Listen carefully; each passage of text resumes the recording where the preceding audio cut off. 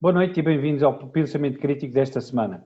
No programa de hoje vamos debater o setor do turismo, o principal motor da atividade económica pós-crise financeira de 2008 e o mais afetado negativamente com as medidas de quarentena impostas para conter a pandemia de Covid.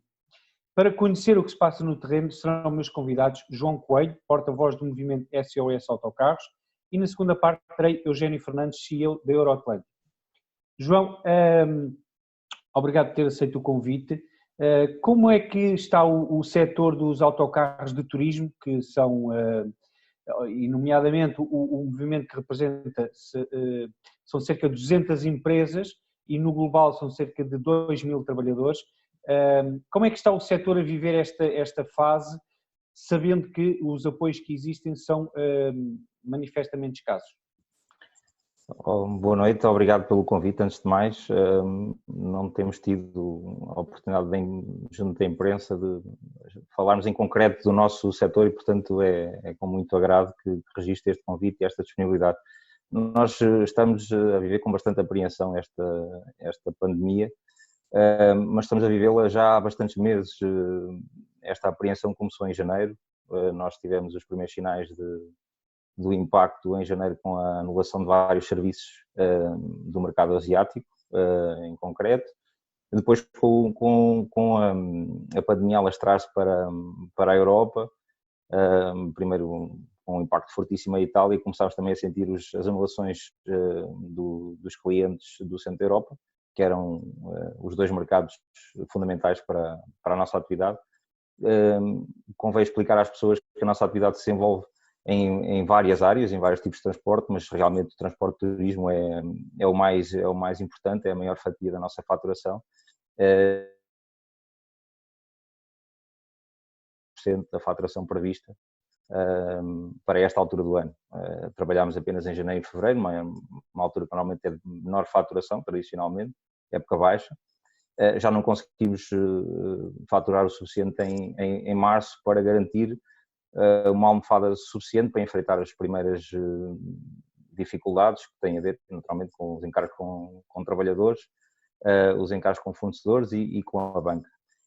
Reconhecemos o esforço do Governo para apresentar um primeiro pacote de medidas que nos desse alguma capacidade de suster os primeiros desempregos, mas os desempregos tornam-se praticamente inevitáveis com este pacote de medidas. E, portanto, o setor agora está bastante apreensivo com as próximas semanas, inclusive, não falamos de meses, tampouco falamos de semanas, porque os layoffs realmente estarão a terminar dentro de cerca de um mês, e não temos qualquer perspectiva de retoma de serviço, nem é nesse mês, é no próximo ano, eventualmente. E, portanto, nós precisamos de um plano mais alargado de intervenção da parte do Governo junto do nosso setor, que será a primeira vez que o Governo terá a possibilidade de o fazer, porque nunca tivemos qualquer apoio governamental na nossa atividade.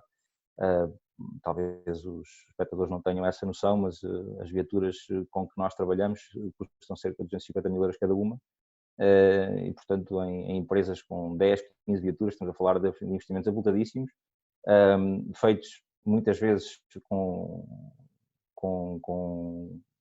o apoio da banca.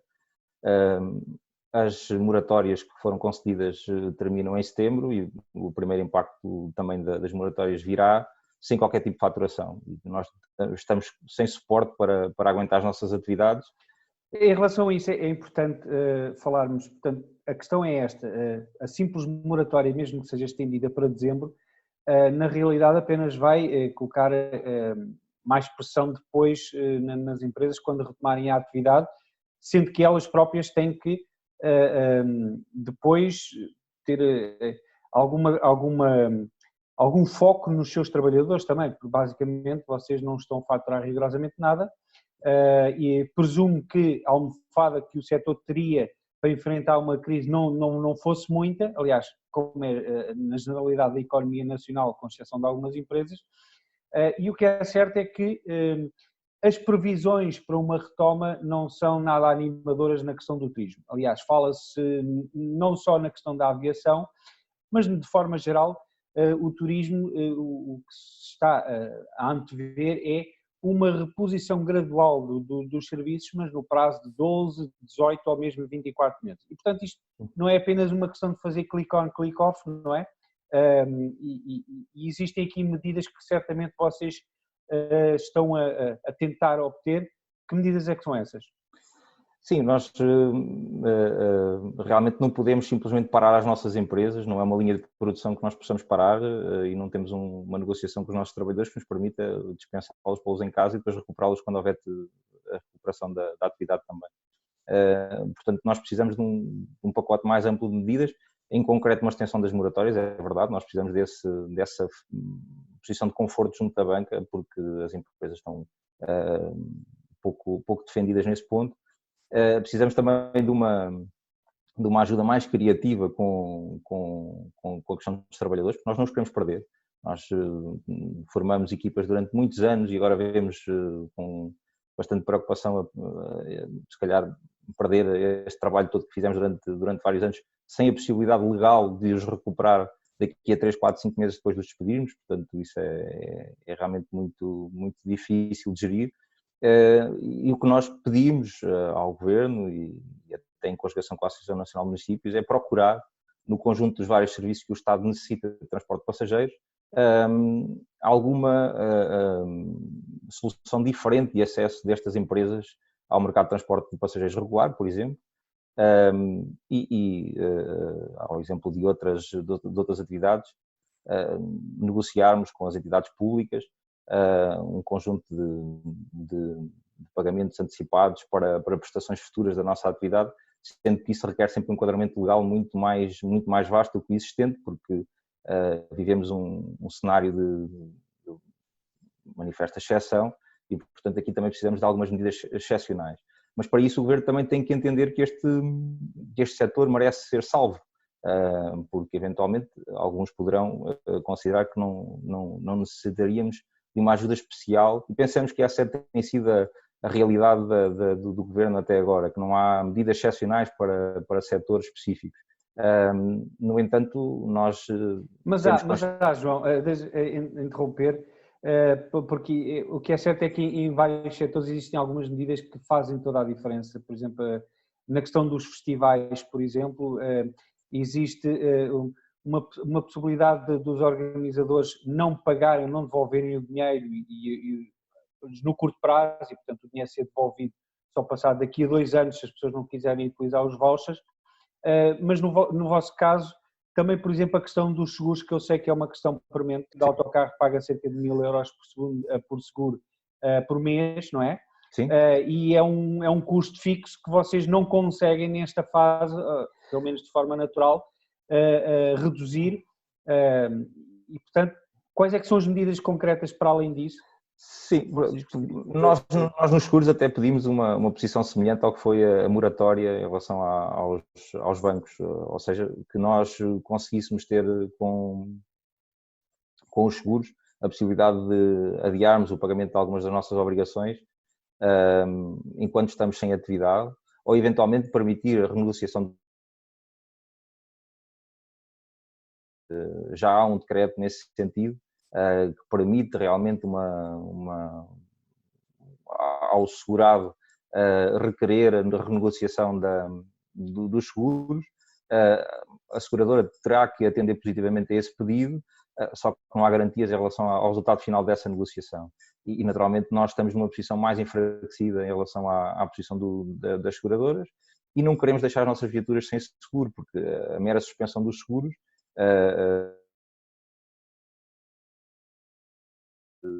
fazer face a um risco, que ainda que seja académico, as viaturas estão aparqueadas e sem qualquer proteção, e isso também não é razoável. E há sempre a questão das viaturas que estão em leasing, que nem temos tão pouca possibilidade de suspender os seguros, porque os bancos não nos permitem fazer essa operação.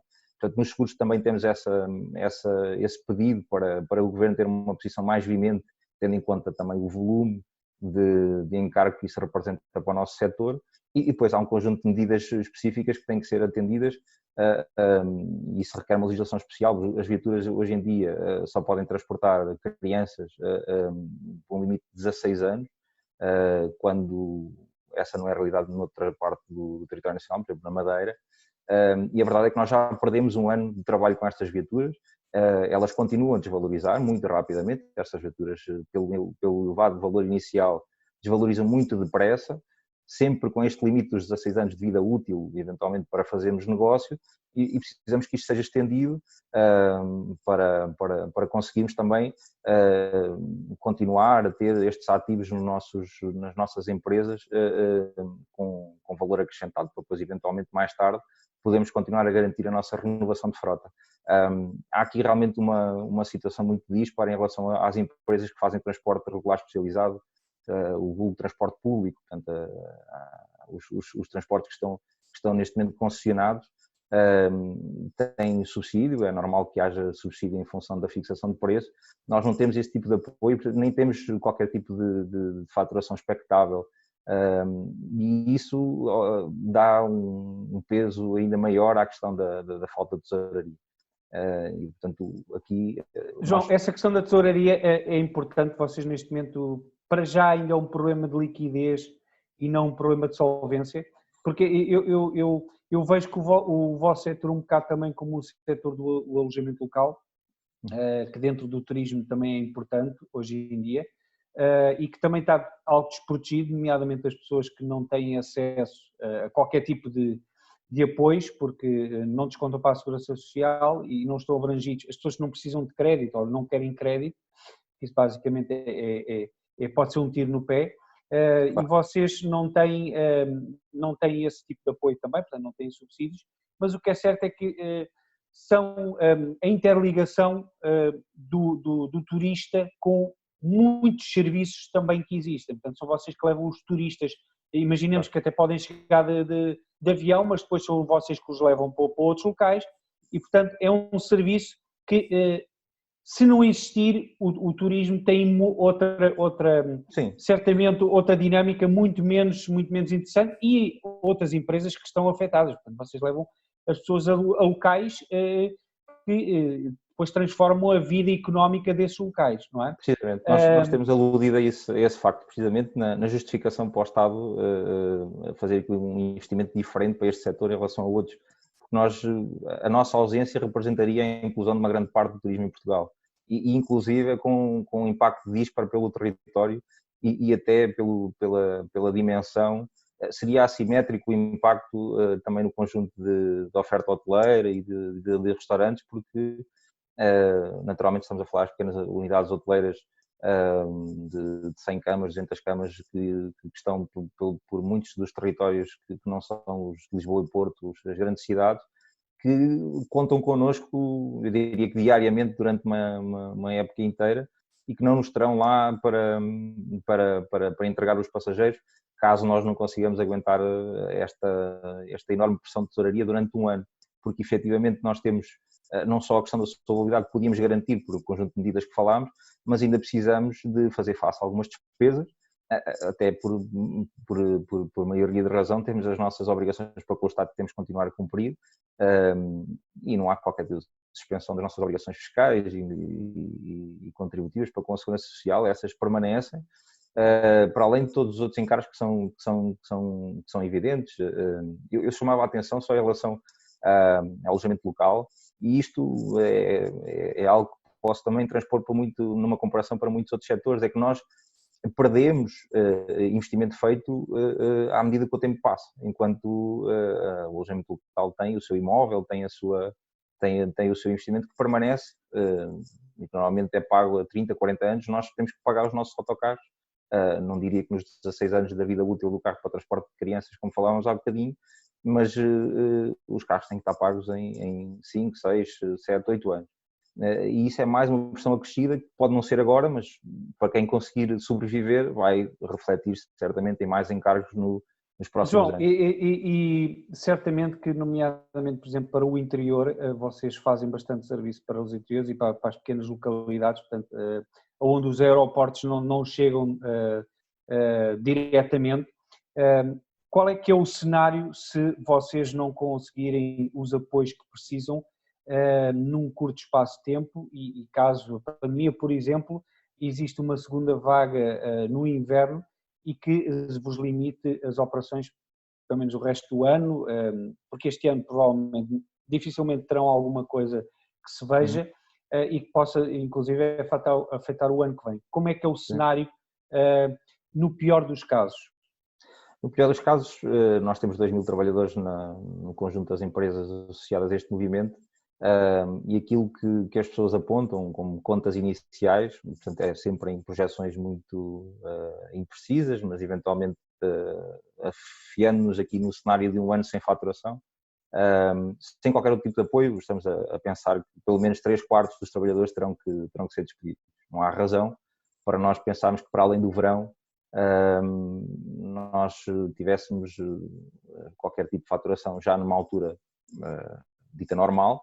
Com esta pandemia não teremos o verão e, portanto, nesta fase as empresas, os empresários estão a ponderar o despedimento das pessoas e depois readmiti-las no próximo ano, não havendo qualquer apoio. Portanto, o maior impacto primeiro, naturalmente, é para com os nossos trabalhadores numa perda imensa, inclusive para vários núcleos familiares cujo rendimento principal vem da pessoa que trabalha connosco muitas vezes. Depois teremos aquilo que refere. Então, são empresas que trabalham de norte a sul em vários pontos do país e há muitas atividades que dependem da nossa entrega de passageiros à borda, como dizia. E aí não podemos apresentar nenhum dado concreto, mas tememos essencialmente o fecho de muitas unidades hoteleiras, porque depende efetivamente disto, não há transporte para muitas das localidades que nós servimos, o interior, as beiras, o Gerês, Trás-os-Montes, mesmo alguns transportes que são feitos a partir dos aeroportos de Lisboa e Porto para o Algarve também não serão assegurados. E há muitos passageiros que viriam do território espanhol, entrariam pelos aeroportos de Madrid e Barcelona e que viriam até nós e que não conhecerão o nosso país, com impacto na restauração e hotelaria e não só, cultura também, que muitas vezes confia que muitos autocarros vão até aos monumentos, principais pontos turísticos, culturais do nosso país. Portanto, o impacto será fortíssimo caso nós não estejamos cá. E não há garantia para o país, e também é isso que transmitimos sempre, não há garantia para o país que depois haja capacidade numa retoma para um ponto de normalidade como tínhamos em 2019, não há garantia que esse transporte seja feito logo de imediato, caso nós não consigamos sobreviver, porque as frotas existentes no país estão muito concentradas, para além das nossas, naturalmente, estão muito concentradas no transporte público. E aí será algo insuperável e que requerá ao país um esforço muito maior do que aquilo que nós pedimos numa ajuda imediata. João, esperemos que o Governo tenha atenção às vossas necessidades, até porque pelos vistos, mais uma daqueles buracos que a malha tem, que vocês basicamente estão a cair, como alguns outros setores, e é certamente um subsetor muito importante do turismo, que é ele o mais importante para a nossa economia. João, obrigado por ter aceito o meu convite e nós voltamos já para a segunda parte do programa. Ações e obrigações. Investimento e poupança. BCE e FED. Resultados e empresas. Análise e gráficos. Analisamos isto tudo e muito mais todas as semanas no Mercados em Ação do Jornal Económico.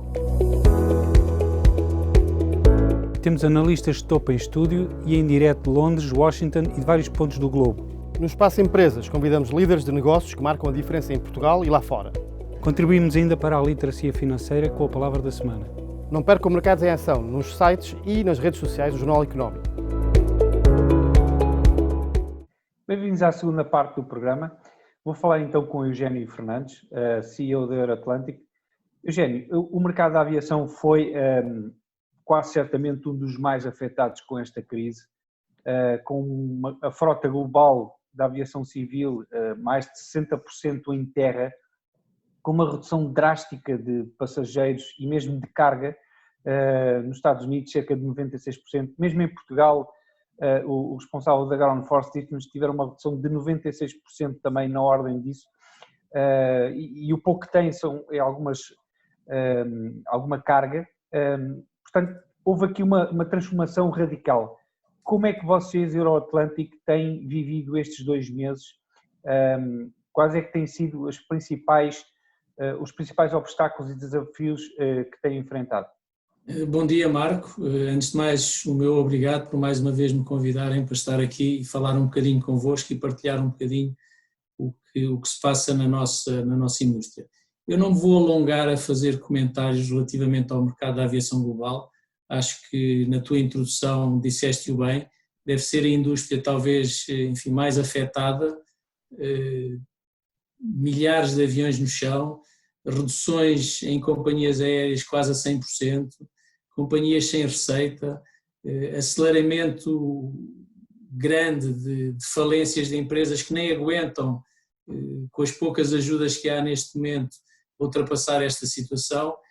E o que é mais preocupante é que, enfim, segundo dados da IATA, não é expectável nos próximos 5 a 7 anos chegarmos a níveis como tivemos em 2019. E realmente, se pensarmos que as grandes companhias se dotaram de recursos, tanto de equipamento como de staff, etc., para níveis de 2019, agora vêm-se com responsabilidades enormes e este mercado não vai de facto recuperar rápido, por forma a eles conseguirem utilizar esses recursos e, no fundo, rentabilizarem-nos e conseguirem pagar os seus compromissos financeiros.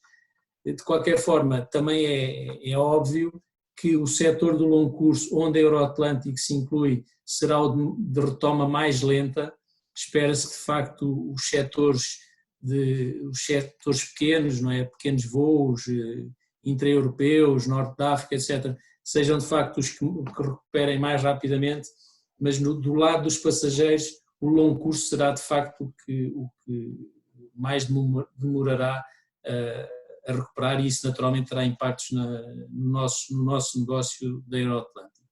O primeiro desafio que se coloca globalmente é de facto haver o reinício, não é? O reinício das operações.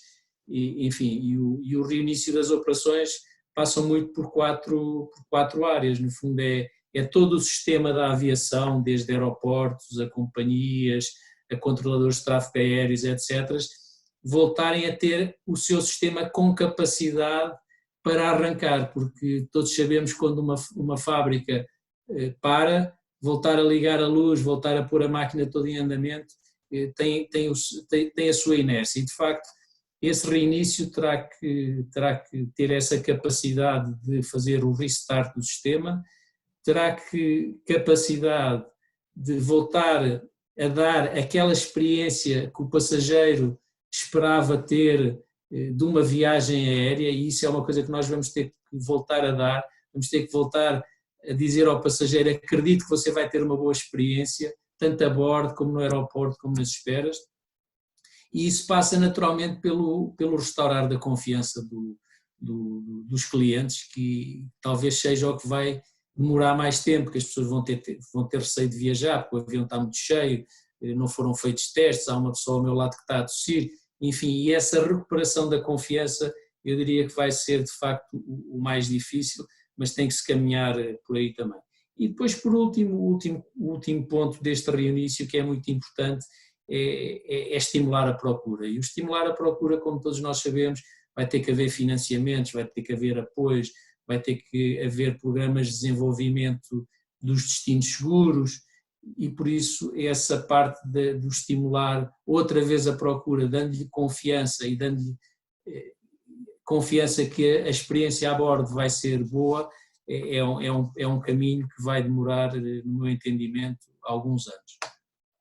Eu queria também aproveitar para dar aqui pequenos números, que são dados da IATA, mas é para de facto percebermos o que é que o setor da aviação contribui, enfim, para o nosso... Sim, porque fala-se muito na questão do turismo, na realidade grande parte do turismo vem através da aviação, para além do próprio negócio, não é? Exatamente. E para terem uma ideia, isto são dados da IATA, enfim, não são dados meus, mas isto eu acho que é importante para entenderem. O setor da aviação contribui com 320 mil empregos em Portugal. E desses 320 mil temos 53 mil que são diretos temos 46 mil que são empresas que estão no canal de distribuição para as companhias aéreas, a quem as companhias aéreas necessitam de fazer compras e têm uma média de 46 mil.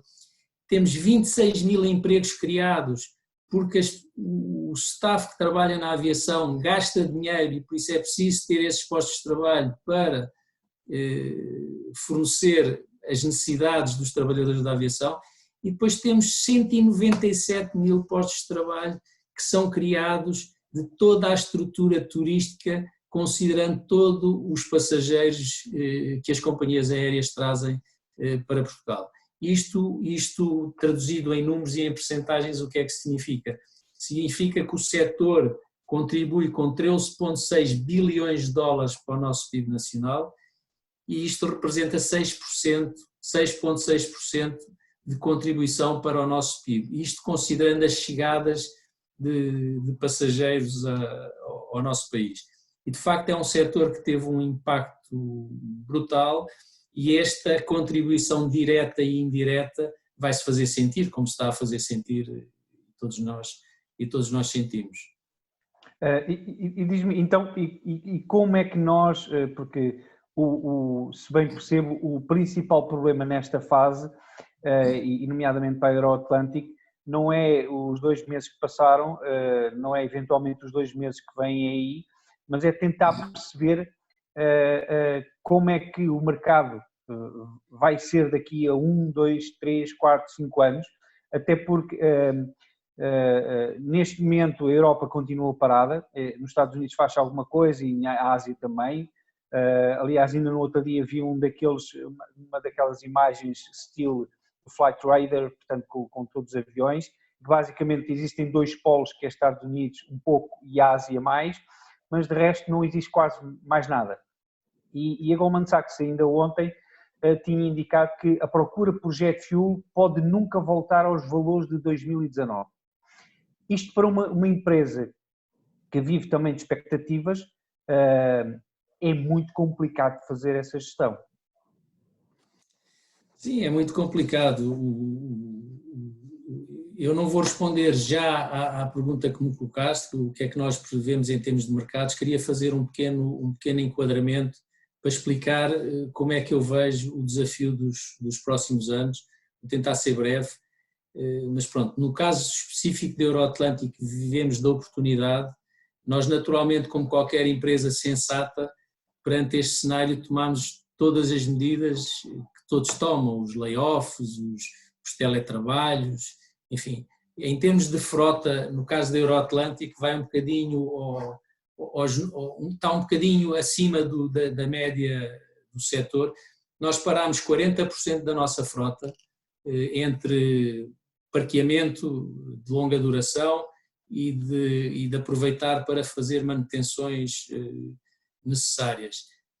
Negociámos todas as moratórias que são possíveis, no fundo, para reduzir o custo fixo ao mínimo, não é? Para, no fundo, com os poucos voos que vamos fazendo, e temos feito alguns até que têm tido alguma notoriedade, fomos buscar os professores portugueses a Timor-Leste, enfim, foi um voo que deu alguma notoriedade à Euroatlântica. Amanhã vamos fazer um transporte humanitário pago pela Comissão Europeia para São Tomé. Enfim, temos feito alguns poucos voos que, no fundo, vão nos libertando alguma margem para pagar este pequeno custo fixo. Os nossos voos regulares foram cancelados por restrições de espaço aéreo e das autoridades.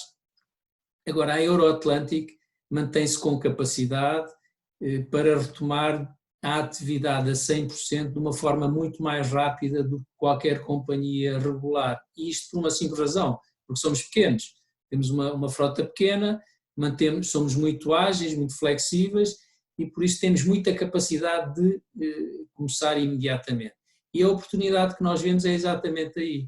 Quando as grandes companhias quiserem começar a sua atividade, vão ter alguma inércia e aí pode surgir as oportunidades para empresas como a Euroatlântico, porque para nós é fácil retomar a atividade porque somos poucos, somos pequenos, mas importantes para dar o apoio a essa... Vocês basicamente conseguem preencher algumas lacunas que as empresas possam ter aqui e acolá, mas que ainda possam não querer desde logo colocar toda a sua estrutura em funcionamento e vocês podem preencher essa necessidade, é isso?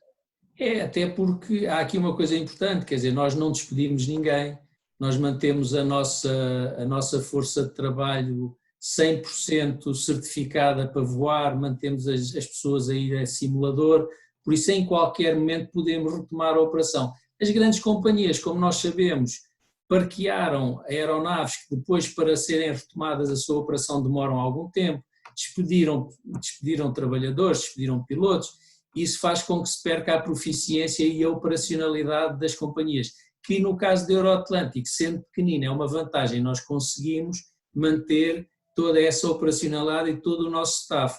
Isso faz com que rapidamente nós consigamos pôr a máquina em funcionamento. Uma coisa que é importante, que eu queria realçar, é que naturalmente, e considerando a história, isto eu acho que é importante, porque é importante referir, considerando a história da Euroatlântico, nós temos 27 anos, nós nos últimos 5 anos pagámos mais de 30 milhões de euros em IRC e em Segurança Social, enfim, nós na última década tivemos um volume de vendas acima de 1 bilhão de euros e pegando nas palavras da Comissária Europeia, da Margrethe Vestager, a Euroatlântico, em final de 2019, em princípios de 2019 e no decorrer desta crise, é uma empresa viável.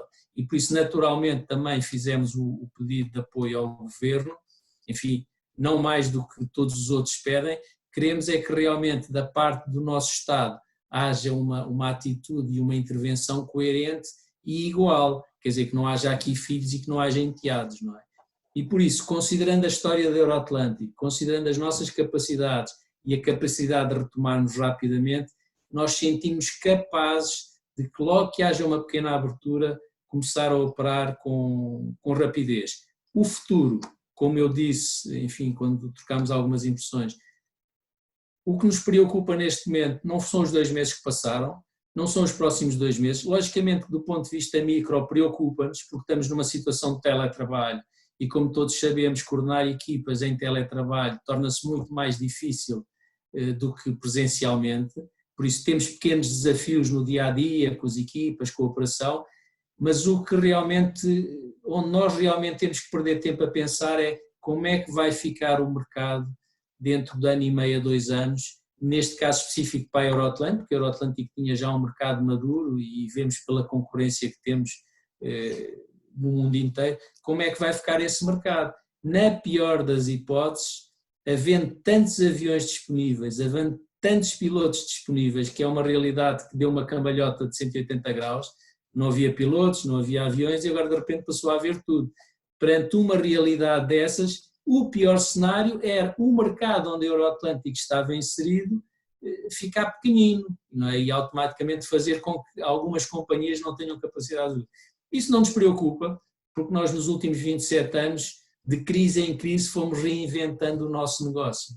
E naturalmente já temos um grupo de pessoas a pensar nesta situação, o que é que poderá ser feito caso o mercado onde nós estamos inseridos sofra realmente uma retração que não justifica ver tantas empresas. E por isso já estamos a pensar noutras alternativas de negócio e como é natural, não os vou partilhar aqui, porque isso o segredo é a alma de negócio. Mas realmente habituámos ao longo destes 27 anos a ser criativos, a procurar alternativas e é o que nós sentimos que vai ter que acontecer, não é? Com toda esta crise. Portanto, a reinvenção e esta crise, no final, para quem sobrevive, como por exemplo vocês, poderá ser aqui uma oportunidade até de dar um passo em frente para novos negócios e apanhar a cota de mercado que outros provavelmente que não conseguiram resistir vão deixar.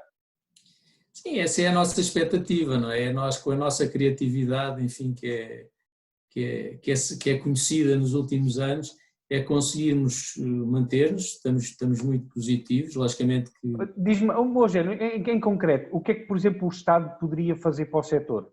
Em concreto, que não está a fazer? Olha, em concreto, eu acho que para o setor devia ser repensado uma extensão do período de layoff, decididamente, no mínimo até final do ano.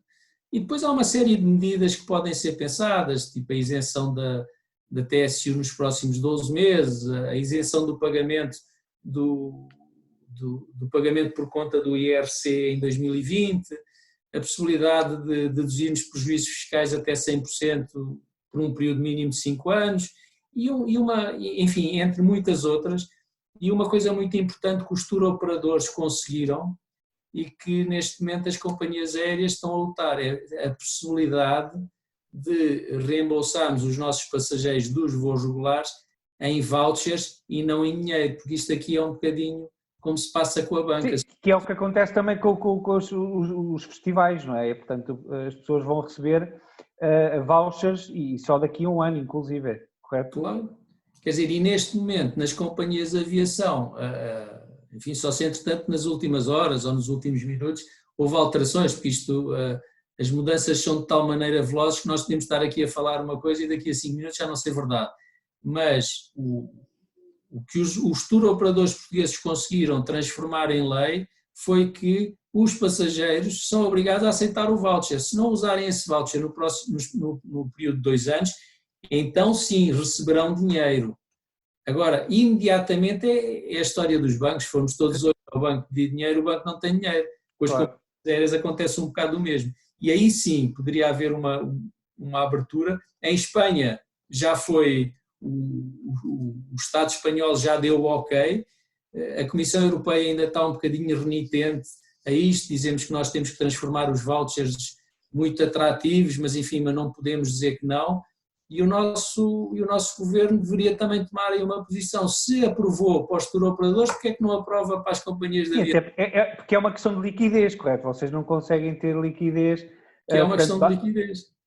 Ou seja, se a grande preocupação nesta fase é não transformar um problema de liquidez em solvência, se vocês ficam sem liquidez, rapidamente também ficam com problemas de solvência, porque basta durar mais um pouco de tempo e depois existem muitas responsabilidades que vocês não conseguem cumprir, portanto faz todo o sentido.